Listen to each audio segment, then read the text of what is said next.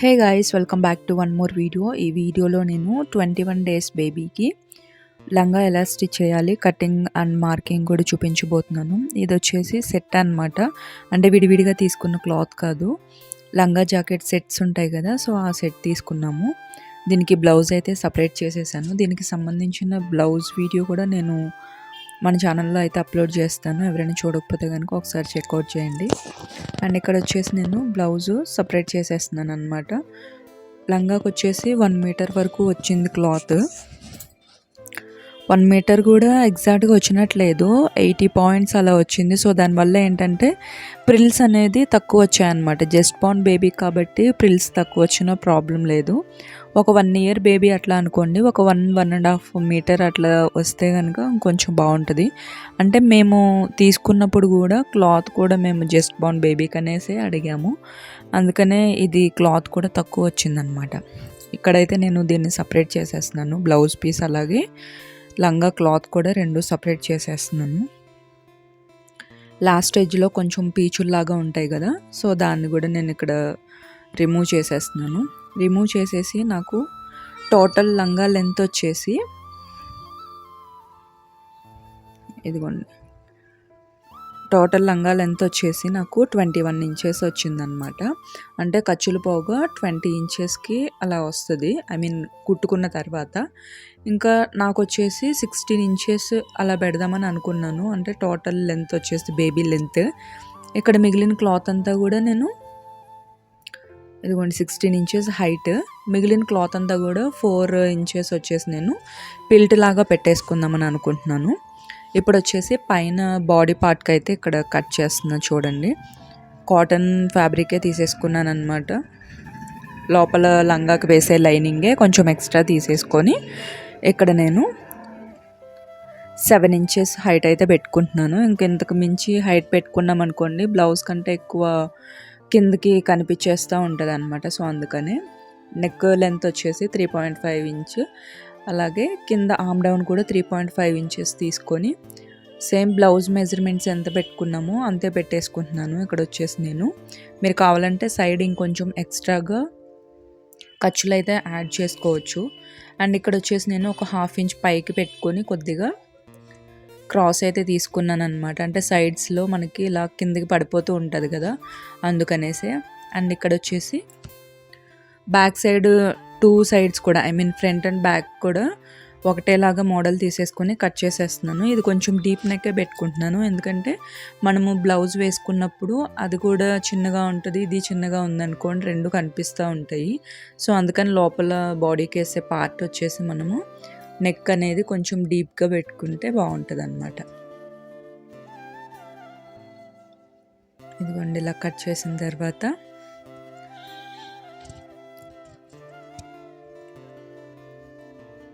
ఇక్కడ మనకి ఎంత ఉంటుందో అంత డబుల్ తీసుకోవాలన్నమాట.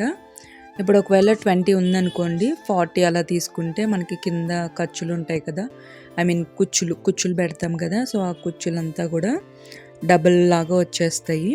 ఇదిగోండి, ఇక్కడ మీకు చూపిస్తాను ఒక ఐడియా కోసం. ఇదిగోండి, ఇలా డబల్ తీసేసుకొని మొత్తం అంతా ఇలా ఒక పార్ట్కి బ్యాక్ సైడ్ ఉన్నదేమో బ్యాక్ సైడ్ పార్ట్కి వచ్చేలాగా అలా ప్రిల్స్ పెట్టేసుకొని మనం స్టిచ్ చేసేసుకోవాలి.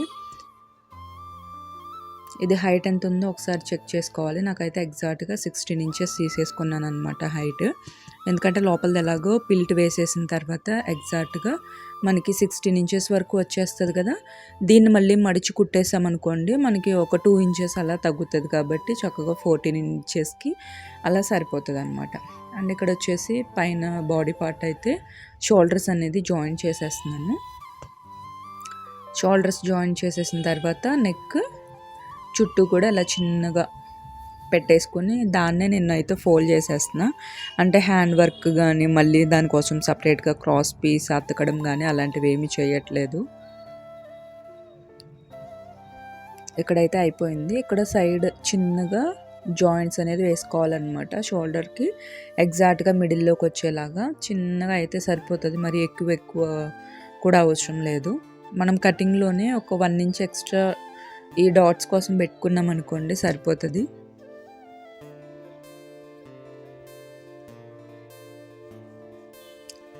ఇలా డాట్స్ కూడా స్టిచ్ చేసేసుకున్న తర్వాత మనము మెయిన్ ఫ్యాబ్రిక్ అనేది అటాచ్ చేసుకోవాలన్నమాట. దానికంటే ఫస్ట్ అయితే నేను ఇక్కడ సైడ్స్లో జాయిన్ చేసేస్తున్నాను.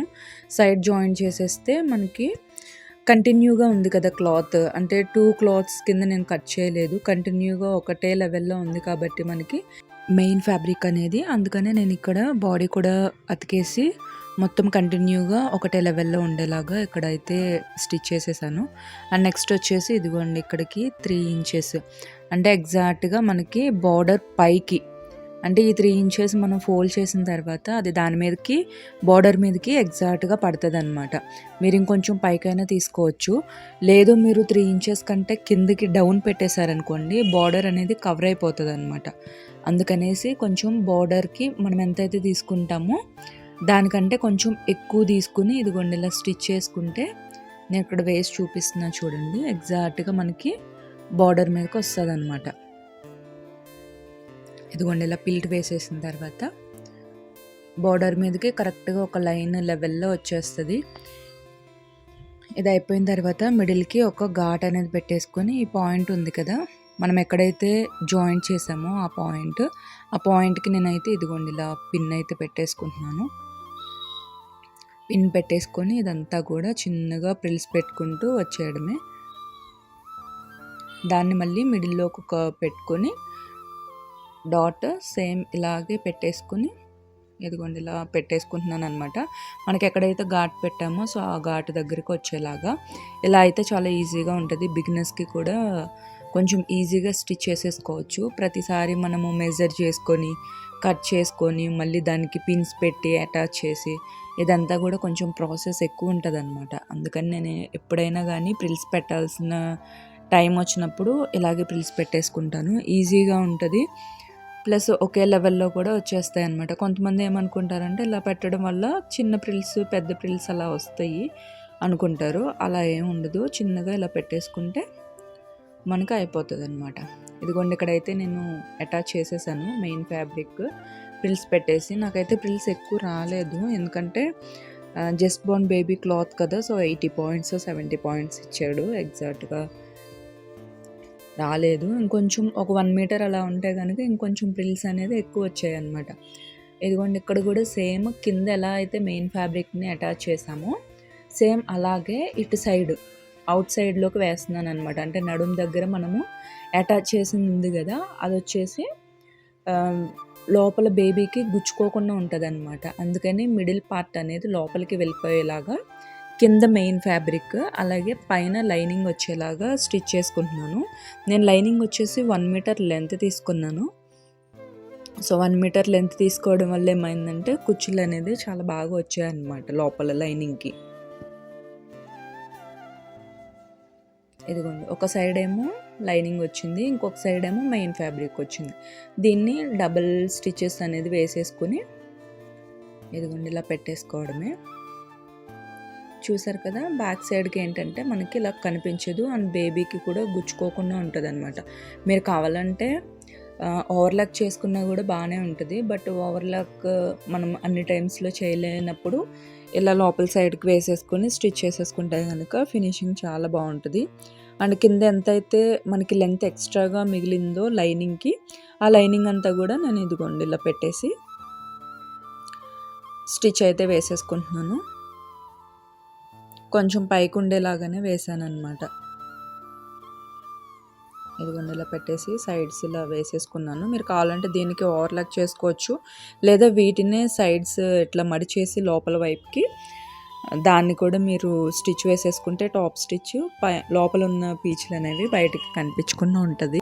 ఫైనల్గా డ్రెస్ అయితే రెడీ అయిపోయింది. దీనికి సంబంధించిన బ్లౌజ్ కటింగ్ వీడియో కూడా మన ఛానల్లో అప్లోడ్ చేస్తాను.